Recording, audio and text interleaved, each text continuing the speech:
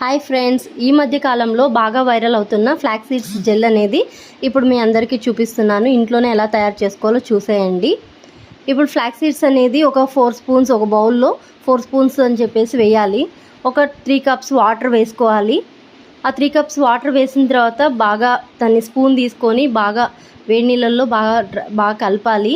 అలా కలుపుతున్నప్పుడు ఒక జెల్ అనేది క్రియేట్ అవుతుంది. ఆ జెల్ అవుతున్నప్పుడు మనం బాగా జిడ్డుగా ఇట్లా జెల్లీలాగా వస్తుంది, మనకు అలోవెరా జెల్ లాగా వస్తుంది.